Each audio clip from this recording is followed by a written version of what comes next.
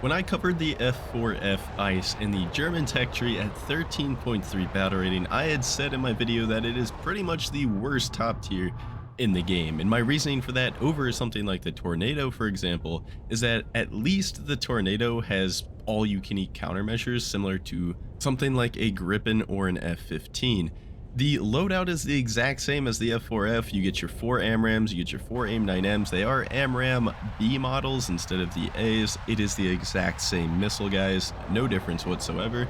And neither plane gets HMD or HMS, whichever one you want to call it. So slinging off these AMRAMs from high off bore like you'd want to do in most of the planes at top tier is simply not an option. At 13.3 battle rating, your matchmaker is pretty much equally terrible between the two planes. You're getting up tiered all the time. It may as well be 13.7. But I'm going to be honest, after revisiting the Tornado, I'm going to say that the F4F being the worst top tier is a cringe opinion, because the Tornado is without a doubt the worst top tier, and I don't know why I'd ever said otherwise. To be fair to the F4F ice, both planes are abysmal dog shit. You're not going to have fun in any of them, and neither of them are very competitive in the slightest.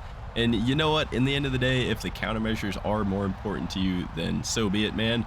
Then the F4F can be the worst plane at top tier still. But my problem with the Tornado is that having all the countermeasures in the world is nice, but never getting to deploy them because you can't turn around or get into the notch in time is not so nice. And that's ultimately my main gripe with the Tornado. I'm shooting this guy from far range. I just now noticed the missile in the bottom left of my screen coming at me. I didn't have the time to realize that it wasn't an AMRAM, otherwise I could have maybe tried to outmaneuver it, but there was absolutely no hope for me getting into the notch to deploy chaff in time. I was pretty much just cooked. And granted, I did notice it a little bit late. Even if I noticed pretty much right when it launched, I would have more than likely just not made it to 90 degrees in time to chaff the incoming missile. And you're going to see that several more times throughout this video, because that is literally just what it's like playing the Tornado. The TWS is only TWS head-on, which is not exactly the greatest mode to have, especially if you only have one of them.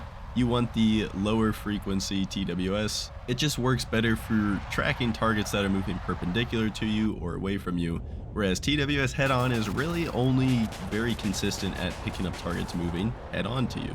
You're also going to see exactly why not having HMD is a chronic misfortune at top tier, at least when you're always getting 13.7 matches and everybody has active radar homing missiles. Like we covered in the Mirage video, having HMD with good high off-bore capability for these active radars is extremely important when it comes down to actually competitive fighting in these top tier matches. Looking around for a target right now, somebody that's easy enough to shoot, when I spot an F-15 on my left here, and he's really close. If he turns in to shoot me, I'm probably not going to be able to defend unless I immediately get a missile off and get 90 degrees to him like I just did.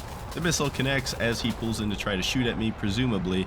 Saw another AMRAM coming from somewhere over there, so we turn on tall ACM trying to get a lock. We do get the lock, but he's running away, and that missile is probably just not going to catch him, so I'm not going to shoot. Anyways, I see somebody shooting at me from roughly my 6 o'clock, so we're going to have to deal with him regardless. Turn on tall ACM again, trying to get the lock as I pull in to be able to get the AMRAM off as soon as possible and get 90 degrees, but you can't choose what you're locking onto with the ACM, and so it finds a better target to lock onto rather than the MiG-29, who ends up getting right behind me because of that. And once there's somebody behind you in the Tornado, you can kiss yourself goodbye. There's nothing you can do about them. And these aren't just one-off clips. This kind of stuff happens all of the time just because of the nature of top-tier combat. Missing out on HMS at this battle rating is a massive deal.